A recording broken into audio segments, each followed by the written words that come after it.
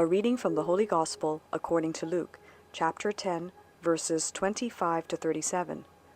The passage is taken from the Message version of the Bible. Just then, a religion scholar stood up with a question to test Jesus. "Teacher, what do I need to do to get eternal life?" He answered, "What's written in God's law? How do you interpret it?" He said, "That you love the Lord your God with all your passion and prayer and muscle and intelligence, and that you love your neighbor as well as you do yourself." "Good answer," said Jesus. "Do it, and you'll live." Looking for a loophole, he asked, "And just how would you define neighbor?" Jesus answered by telling a story. There once was a man traveling from Jerusalem to Jericho. On the way, he was attacked by robbers. They took his clothes, beat him up, and went off, leaving him half dead. Luckily, a priest was on his way down the same road, but when he saw him, he angled across to the other side. Then a Levite religious man showed up. He also avoided the injured man.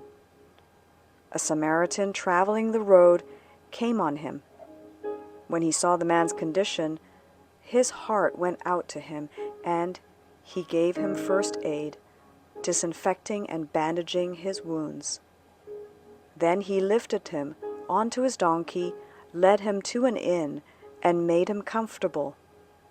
In the morning he took out 2 silver coins and gave them to the innkeeper, saying, "Take good care of him. If it costs any more, put it on my bill. I'll pay you on my way back."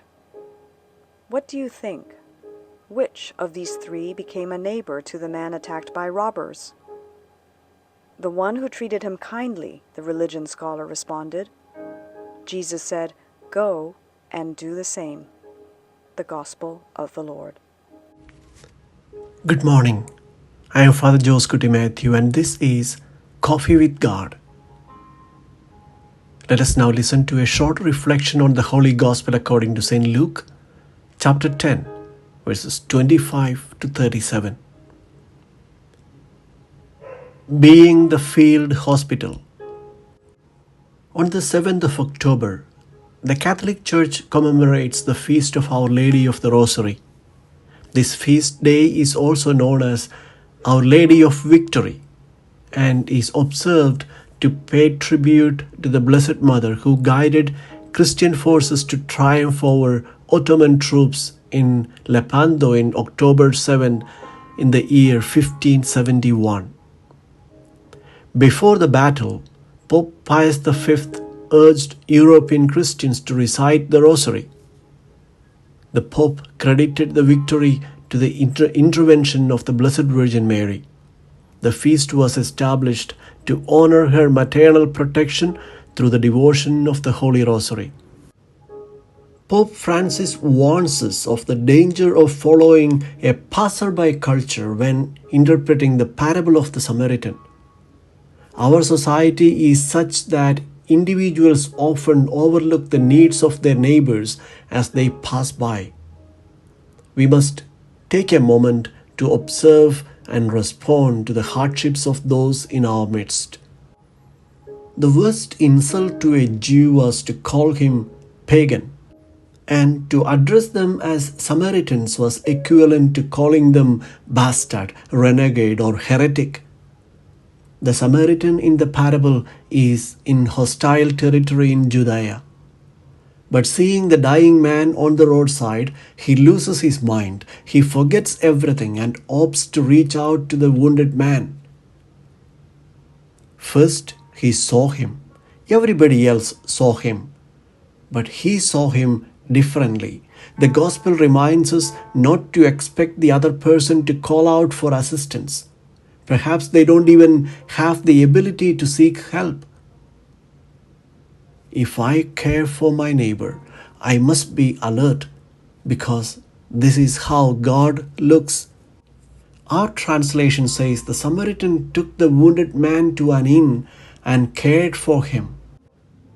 However, The Greek word in the text refers to not an inn, but a place where all are welcome, without restrictions.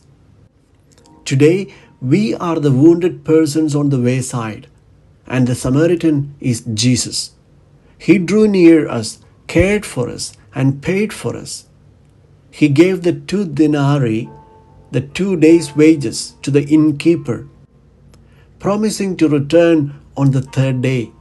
The 3rd day is the day of the Lord's return. And he tells the innkeeper, "If you need more, when I come back, I will pay." In this passage, there is the whole gospel.